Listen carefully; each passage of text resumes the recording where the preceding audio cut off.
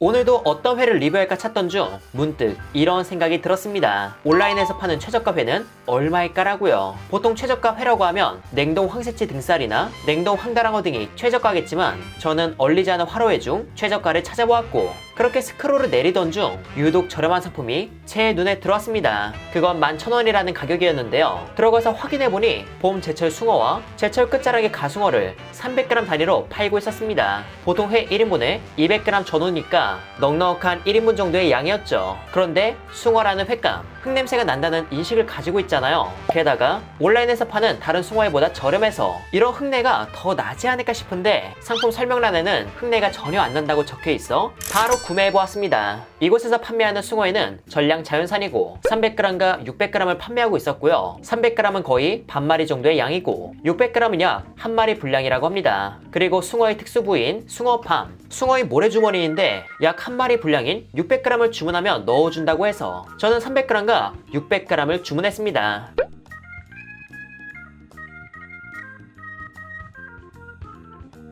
그렇게 택배가 오면 빠르게 리뷰해야지 하고 기다리는데 이 업체가 오나라는 먹방 유튜버님께 소개되면서 주문량이 많아져서 시간이 꽤 걸린다고 하더라고요. 그래서 기약 없이 기다리던 중 약 일주일 만인 3월 7일에 받을 수 있었습니다. 택배 구성으로는 초장이나 간장 없이 정말 숭어에만 들어있었는데요. 가격이 저렴하다 보니 양념장은 빼고 주신 걸로 보이기에 주문하기 전에 이 부분 참고해 주셨으면 좋겠습니다. 회는 썰려진 상태가 아닌 필렛으로 오는데 숙성지에 잘 감싸여져 상태는 괜찮았죠. 그리고 중량이 어떤지 바로 체크해봤는데 일단 300g 필렛은 300g이 넘게 왔습니다. 보통 숙성지에 감싸면 회의 수분이 빠져 회 자체의 중량이 줄어들기 마련인데 그걸 감안하고 보내셨는지 300g 이상이었네요. 바로 이어서 600g 필렛도 무게를 재봤는데 이건 약 550g이었습니다. 방금 얘기했듯 수분이 빠져 기재되어 있는 무게보다 적게 온 케이스였죠. 그래도 서비스로 챙겨주는 숭어밤까지 하면 대충 600g에 가까운 양이니까 수분이 빠진 걸 감안하면 괜찮지 않나 싶었어요. 그럼 무게도 쟀겠다. 이렇게 받은 숭어는 설명처럼 흙내가 안 나는지 숙성 정도는 어떻게 되는지 바로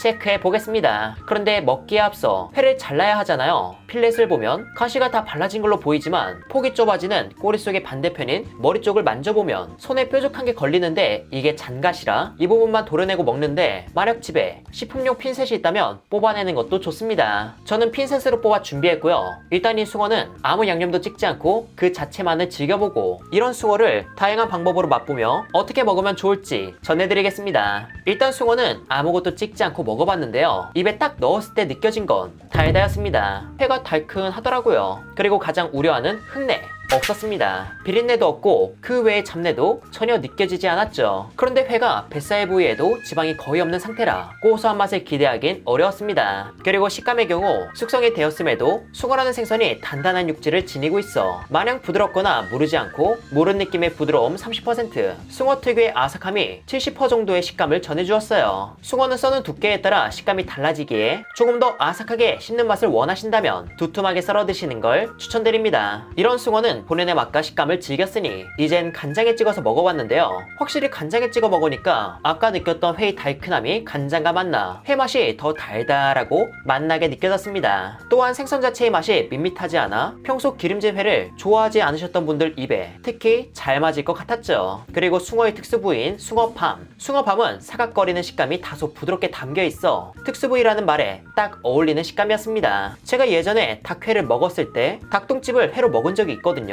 그것과 상당히 유사한 식감이었습니다. 그런데 그보단 조금 더 부드럽고 사각거림이 약한 느낌? 특별히 안 좋은 냄새가 있거나 하지 않았기에 소나 돼지의 부속이나 씹는 맛 있는 부위를 선호하신다면 분명 좋아하실 것 같습니다.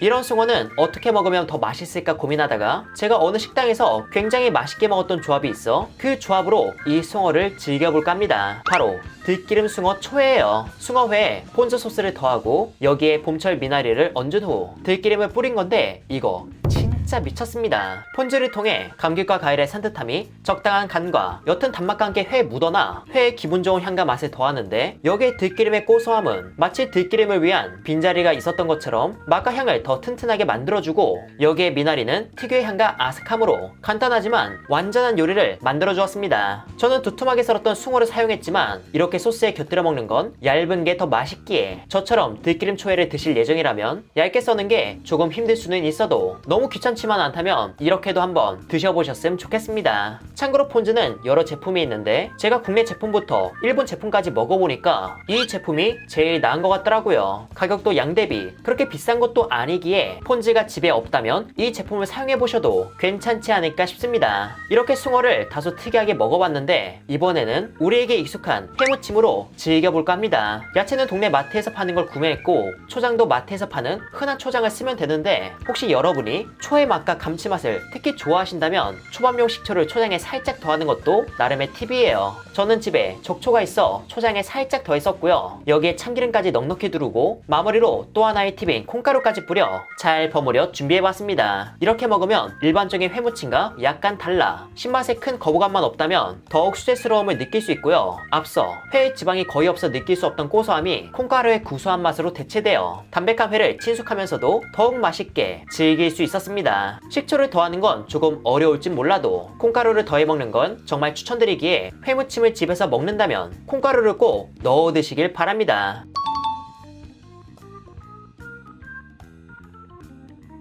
이렇게 해서 인터넷에서 파는 화로회를 먹어봤는데 생각보다 회의 퀄리티도 좋고 기름진 맛은 없었지만 살 자체의 단맛은 충분히 지니고 있어서 깔끔하고 맛있게 즐길 수 있었습니다. 특히 생선 본연의 단맛 덕분에 다른 소스나 곁들임을 더해 먹었을 때 그 조화도 괜찮았고요. 회를 썰어진 상태에서 받으면 배송 과정에서 과숙성되어 너무 물러질 수 있다 보니 회를 택배로 받을 땐 썰기 귀찮아도 이렇게 필렛으로 받는 게 제일 좋다는 점 참고해 주시길 바랍니다. 그런데 여러분이 이렇게 썰어서 먹는 게 그렇게 귀찮지 않고 더 맛있게 먹을 수 있는데 손이 좀 가는 게 괜찮다면 숭어의 꼬리살을 파와 함께 다져서 먹는 것도 추천드리고 싶은데요. 생선의 꼬리살은 지방이 가장 적고 살의 밀도도 높아 쓰임에 따라 장점으로 비춰줄 포인트가 많지만 여기서 하나 아쉬움이 있다면 힘줄이 두꺼워 이물감이 남을 수 있다는 겁니다. 그래서 저는 꼬리살을 칼로 다져 두꺼운 힘줄은 제거하고 가볍게 썰어낸 파를 중간에 넣어 함께 다지며 내기도루처럼 만드는데 이걸 김에 싸먹으면 또 별미죠. 그런데 이건 시간도 손도 많이 가서 그냥 이렇게 먹을 수도 있다는 걸 알아만 두시고 위에 제가 알려드렸던 들기름 초회와 콩가루를 더한 회무침 정도로 이 숭어를 더 맛나게 즐겨보셔도 좋을 것 같습니다. 소스는 따로 챙겨주지 않고 회에 기름이 거의 없어도 회 자체의 맛과 퀄리티는 괜찮았던 온라인 최저가 화로회 리뷰,